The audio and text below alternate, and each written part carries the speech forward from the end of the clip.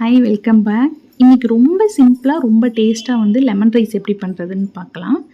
பாத்திரத்தில் வந்து நீங்கள் தேங்காய் எண்ணெய் வேணுன்னா சேர்த்துக்கலாம், இல்லைன்னா எப்பவும் போல் நார்மல் எண்ணெய் சேர்த்துட்டு கடுகு, உளுந்தம்பருப்பு, கடலைப்பருப்பு இது ரெண்டும் வந்து சேர்த்துக்கோங்க. உங்களுக்கு இந்த கடலைப்பருப்பு உளுந்தம்பருப்புலாம் ரொம்ப பிடிக்கும் அப்படின்னா நிறையவே சேர்த்துக்கலாம். அது கொஞ்சம் கலர் மாறினதும் ஒரு கைப்பிடி அளவுக்கு ஃபுல்லாக நிலக்கடலை பருப்பு வந்து சேர்த்துக்கோங்க. அடுப்பு வந்து மீடியம்லேயே இருக்கட்டும், ஃபுல்லாக இருந்துச்சுன்னா கருகிரும்.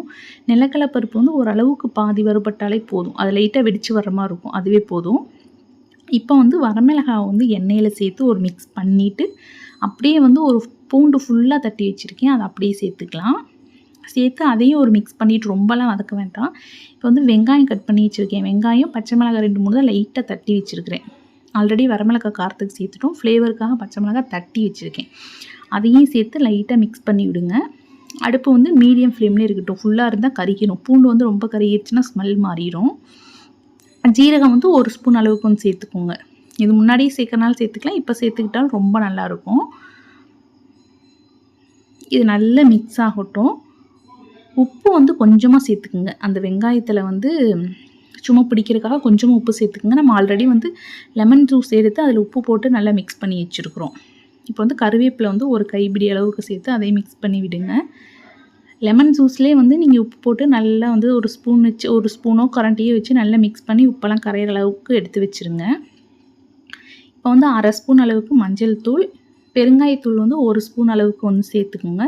பெருங்காயத்தூள், மஞ்சள் தூள் லாஸ்ட்டாக சேர்த்துட்டு அடுப்பை ஆஃப் பண்ணிவிட்டு ஒரு மிக்ஸ் பண்ணி விட்டு, நீங்கள் ஆல்ரெடி வந்து லெமன் ஜூஸோடு வந்து உப்பு சேர்த்து கரைச்சி வச்சுருக்கீங்கள, அதை ஊற்றிடுங்க. அந்த ஹீட்லேயே வந்து லைட்டாக கொதிச்சிரும். அந்த லெமன் ஜூஸ் ஊற்றினதுக்கப்புறம் ரொம்ப கொதிக்கக்கூடாது. ஆல்ரெடி அந்த சட்டி இருக்கிற ஹீட்லேயே வந்து கொதிச்சிரும், ஒன்றும் பிரச்சனை கிடையாது. நீங்கள் ஆல்ரெடி ரைஸை வந்து நல்ல ஒரு அகலமான பாத்திரத்தில் கொட்டி கொஞ்சமாக வந்து நல்லெண்ணெயோ இல்லை நார்மல் நீங்கள் என்னென்ன யூஸ் பண்ணுறீங்களோ அதை ஊற்றி வச்சிட்டிங்க அப்படின்னா நல்லா உதிரி உதிரியாக இருக்கும். இல்லைன்னா வந்து ரைஸ் ஒன்றோட ஒன்று ஒட்டிக்கிட்டு குழஞ்ச மாதிரி இருக்கும். எண்ணெய் கொஞ்சம் நீங்கள் ஒயிட் ரைஸில் ஆல்ரெடி சூடாக இருக்கப்போ ஊற்றி வச்சிட்டிங்கன்னா நல்லா சூப்பராக இருக்கும். இப்போ நீங்கள் அதில் வந்து சேர்த்து நல்லா மிக்ஸ் பண்ணுங்கள். புளிப்பு செக் பண்ணிக்கோங்க. புளிப்பு அதிகமாக இருக்க மாதிரி இருந்தால் கொஞ்சம் லைட்டாகவும், புளிப்பு இல்லை அப்படின்னா கொஞ்சம் அதிகமாகவும் அந்த ஜூஸ் ஊற்றி மிக்ஸ் பண்ணிடுங்க. ரொம்ப டேஸ்ட்டாக இருக்கும்.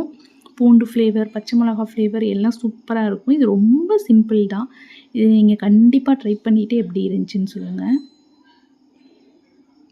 நீங்கள் எப்படி லெமன் ரைஸ் பண்ணீங்க அப்படின்னும் சொல்லுங்கள்.